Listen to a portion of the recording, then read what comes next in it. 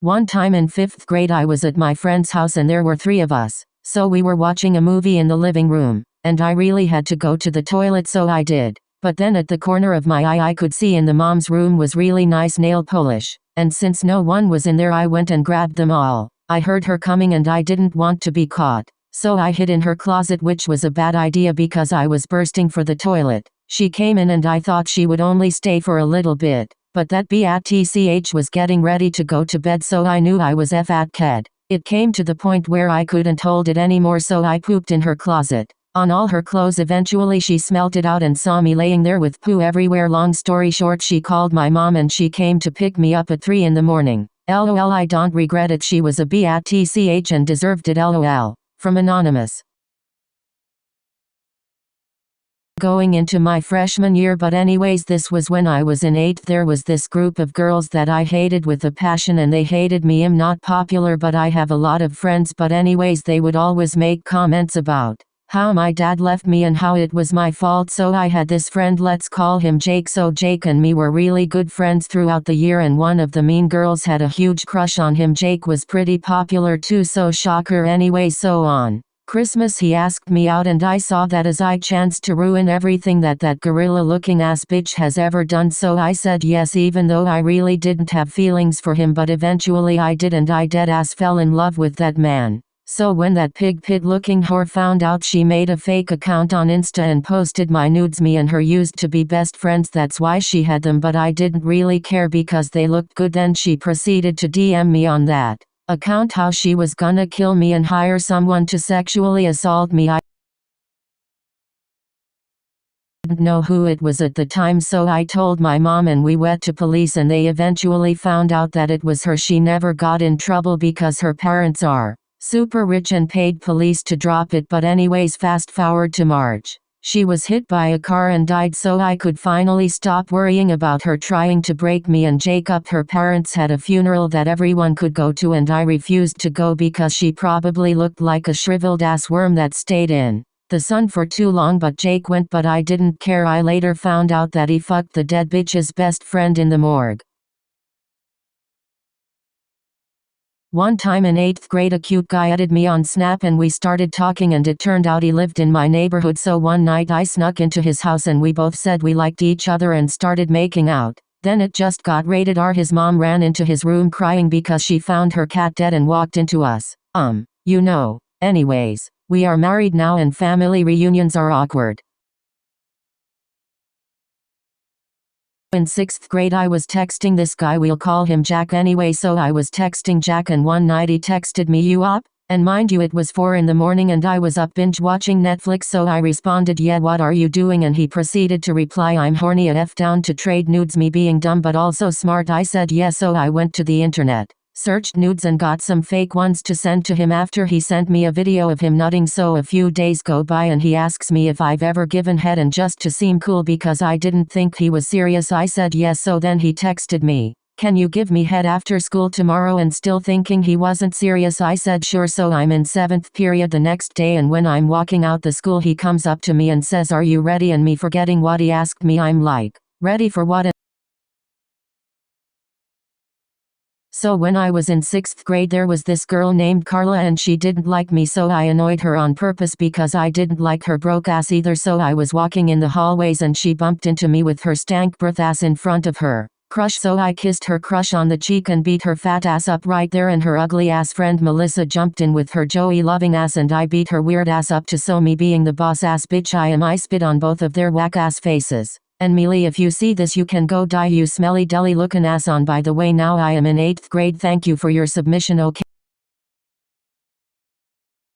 Recently I logged into my Twitter account for the first time since 2018 and I saw people making memes about the Lizzo drama. I laughed at some of them but was also confused because I live under a rock 95% of the time. I went to the most reliable source of news called TikTok and saw a lot of memes and flop talks on my For You page about it. Then I went back to Twitter and posted a video of the bear that comes into my backyard and eats the garbage and wrote, "Me when I body shame my backup dancers." My tweet went viral and got some mixed feedback. Some people were laughing and others were mad. This one Lizzo stan replied and said, "This is disgusting. Who would say that about someone?" I replied, "Yeah, and sexual harassment is even more disgusting and illegal, but you wouldn't want to bring that up now, would you?" More people started replying and someone called me racist. I was like, "Where where the fuck did I say anything about race, but then I remembered it's Twitter. I replied, girl, sit your nasty ass the fuck down, you got no room to talk while being built like the Michelin man, the fuck. The only plastic we're gonna rip you out of is that honey bun wrapper, you big fat ass bitch. They blocked me so fast. A few hours later I made another account to see what the Twitter Emily said, and I saw they posted my school, address, socials and Wi-Fi password, face screaming in fear. Her tweet blew up. I was freaking out and then I heard a knock on the door. Thankfully it was just the UPS delivery guy. My mom told me I got a package, but I was confused because I didn't order anything. So we left it outside. The next morning I was walking to my car for my summer college class, and as I was about to start my car it exploded. I was mad cause it was my 2022 Camaro that I wanted since I was 10. My family came out and my dad was about to call the police until an army of musty neon colored hair Twitter people surrounded us. They started barking and growling. My dad told everyone to get inside and he'll handle it, as my mom told us to sneak out the back door and we'll take the SUV. We got in and busted through the garage door and sped down the street at 120 miles per hour. The Twitter crowd was after us on all fours like a stampede. We crashed into our local FBI building. Long story short, the Twitter swarm got swatted and charged with vandalism and cyber crimes. Me and my parents got a new car, and now I'm pregnant with my macroeconomics professor's baby because I was failing.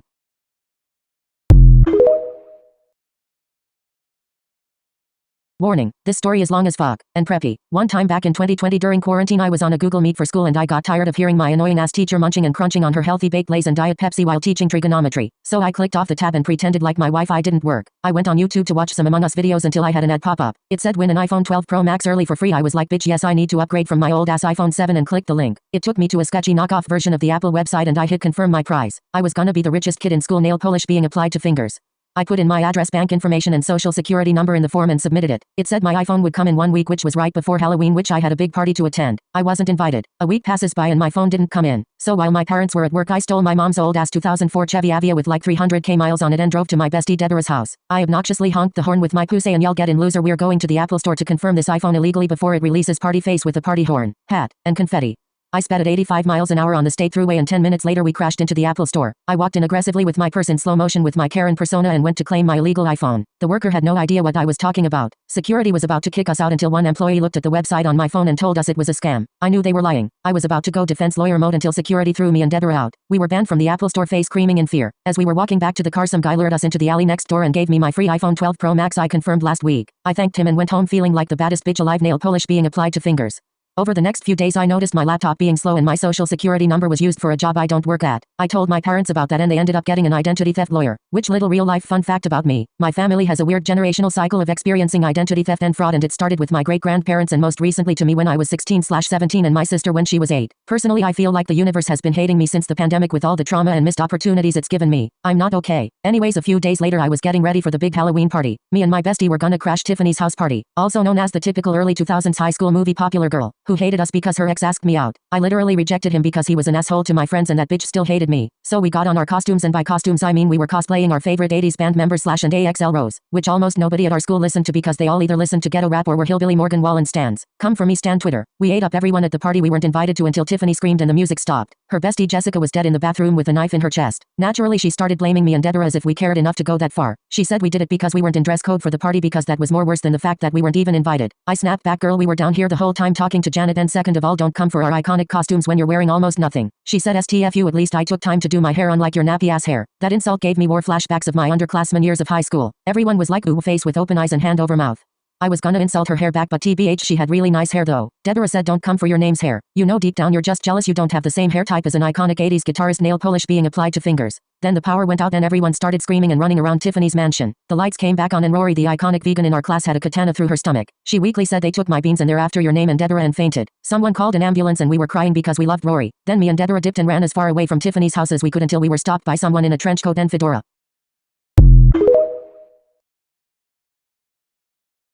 Part 2 of the Halloween story that I forgot about because it wouldn't post for over a week. So Jessica and Rory, the school vegan bean addicted icon, got murdered at Tiffany Sawyer's mansion house party. Rory said the man who stabbed her was after us. Me and Deborah ran as far as we could away from Tiffany's mansion until we were stopped by a mysterious man with a trench coat and fedora. He said, your name, Deborah. Good to see you again. Deborah said, girl, who the fuck are you? We've never seen you before in our lives. He said, well, I won't take too much of your time, but I have some news for you too. I work for this guy named Tony. He scams people online with a free new iPhone at every year for money and their identity information. And he wanted me to let you know you owe him $5 million before the end of the Day of the Dead. We were confused because we're uncultured Americans, but we had until 11:59 p.m. on November 2nd to pay this Tony guy $5 million. I was like, oh shit, because I fell for the scam, and I asked what would happen if we didn't. Then he said, you'll find out, smirking face. and disappeared into the fog on Halloween night. We were so fucking screwed in 48 hours. Anyways, we went to our local 7-Eleven and got some snacks and Slurpees discussing our plans. Plan A was to go to the police about it, and if that didn't work, plan B was to rob Tiffany's house for money because she was the richest bitch in school. So the next morning we went to the police station and told them what happened. They said it was dumb of me to even click the link and said I have to take accountability for my actions. To be fair, they were right, but I was like, listen motherfuckers, people were murdered and you're just gonna let that slide because I clicked a scam link? Do better. You're supposed to be serving and protecting the people faced with rolling eyes. I mean, it wasn't surprising because when there was an actual issue the locals never did anything. Now we were on to plan B, robbing Tiffany's mansion. Love struck cat phase. Me and Deborah had a montage moment of us putting on black clothes, gloves, running sneakers and ski masks. We googled Tiffany's house on Zillow and made a map of the area. Since the Sawyers were rich as fuck, they had good security, especially after the Halloween party murders. They had laser beam security system like in the movies. Tons of security cameras, German Shepherd guard dogs, and they were typical gun-loving Americans, so we were probably gonna die. But it would be a better way to go than being murdered by some scam artist on the internet. Skip to 2 a.m. We snuck out of our houses to go rob our fellow classmates' house. We walked to the entrance and saw the German Shepherd sleeping. Deborah came in clutch and got big ass bones from PetSmart so they'd be distracted while we sneak in. Level 1 was too easy. Level 2, the laser beam security system, which we gracefully snuck through them because we watched too many action movies as kids. The level 3, the safe. I picked the lock and we got into Mr. Sawyer's office. Then we got to the safe and there was a code. It was giving us Kate Room vibes, so we looked around for clues to crack the code until a deep voice said freeze and the lights flashed on. We looked around for clues to crack the code until a deep voice said freeze and the lights flashed on. Me and Deborah turned around with our arms up. It was Mr. Sawyer and a group of men in suits with guns pointed at us. And boy, Mr. Sawyer was one DILF distraught face with tightly closed eyes. He told us to take off our ski masks and asked us what we were doing or they'd shoot. We took off our masks and I explained everything. He said, oh, you're the dumbasses who crashed my daughter's Halloween party and clicked the win a free iPhone link Tony was telling me about. You know the Tony guy? Deborah and I asked in unison. It turns out him and Mr. Sawyer are besties and the gang leaders. Then he and Vinny, the guy who gave me the illegal phone and killed Jessica and Rory, aggressively grabbed us by our arms and took us to a van. I screamed and creamed when Mr. Sawyer grabbed my arm and whispered in my ear, we're gonna get more info out of you. I mean, he was gonna get info and come out of me, so he's in for the deluxe surprise. Anyways, we were in the back of a van and we were being questioned on the way to I don't even know. Half an hour later we were at this mansion in the town over. We were brought in an office at gunpoint with a guy sitting in a chair. Your name? Deborah. How are you? He said as he turned around in his chair. Sawyer told him everything. Tony told his minions to shoot us until Rory, the iconic vegan bean addict, busted through the window in a Battersea War uniform and a machine gun and started shooting everyone in the room. Rory, Deborah and I yelled in unison. We thought you were dead, I said. After the wannabe mafia gang was dead, Rory explained to us that on Halloween night she was transported to a special hospital in Flop Tropica and lovely Peaches and President Deborah healed her. And hacker Trisha tracked down the man who stabbed her to get vengeance. We were like slay Rory until Tiffany walked and saw her dad dead on the floor with the rest of the gang and saw us. She ran towards us with a knife and we moved out the way and she fell out the 4th story window Rory broke through. Anyways, we were free from debt. I threw out the iPhone I won and my parents bought me a new one for Christmas. Rory was the most liked girl in our school that they made a statue of her and her iconicness. Deborah got accepted into Harvard and my math teacher and I are having a baby together. Kiss Mark.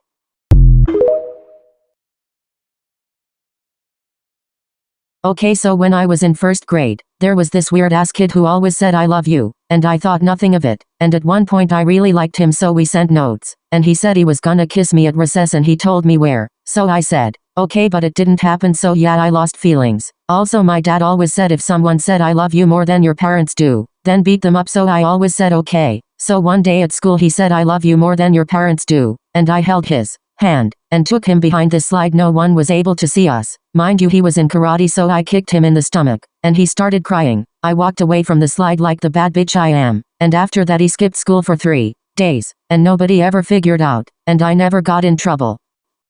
One time I was in school and I had this one teacher that always got on my last motherfucking nerves. The bitch kept picking on me for no reason. She would give us these big ass crispy fucking packets of work and I'm not gonna lie, I was not doing them shits. It was too much like, oh, you're not my only goddamn teacher, but eventually I started doing them and she always had to pick on me by taking a point off for every little thing. She wasn't doing that to the other students that were making the same minor mistake, like forget to put your last name and the date and little shit like that. And then on top of that she kept calling my mom for every little thing. She also told me I would never be successful one day. I was so sick of this prissy fish looking big body little head ashy ass bitch of a teacher, so one day, when she wasn't in the room, I drew all over her board with a permanent Sharpie marker. I carefully took all the papers off her desk and put them under the desk scattered. Then I unplugged the computer and yanked the fuck out of a cord so that the computer wouldn't work, and since it's school property she would probably have to pay for it. I don't give one fuck if what I did was too extreme. She shouldn't have gave me a hard ass time every day. One time at lunch, my best friend wanted to make out with a boy in the bathroom and asked me to take the second girl's pass so that nobody could come to the bathrooms, and the boy's friend did the same.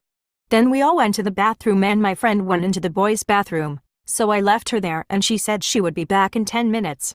After 10 minutes I went back to the bathroom and she was still in there, so I thought she was going to get raped, so I burst in and saw my friend crying. I grabbed her arm and tried to drag her out, but then a teacher came in and detained us all as if it was a motherfucking crime scene. They told us to give them our phones and I got to go to the office and the teacher questioned me like it was a Q&A like bitch fuck off. Then she let me go and back to class and I started having a panic attack. One time I took a bath with my sister. And we were playing with razors. And this stupid fugly looking slut had the audacity to shave my nipple. And then my nipple started bleeding. And I went crying to my mom. And my sister got in trouble but when I was younger I went to my 5-year-old sister's play. She played as a cow and her one line was moo moo. We were all watching how cute these kids were and waiting for my sister's one line. This dusty, musty, unlucky, pretty damn sucky, crusty, ratchet and yucky. Built like a ducky. Lost my trusty, inverted busty. Always fussy, weird and stinky. Attached to her binky. Ass so wrinkly. Too young to be kinky, messy. An incy ass bitch said gobble gobble. She died of cancer last week.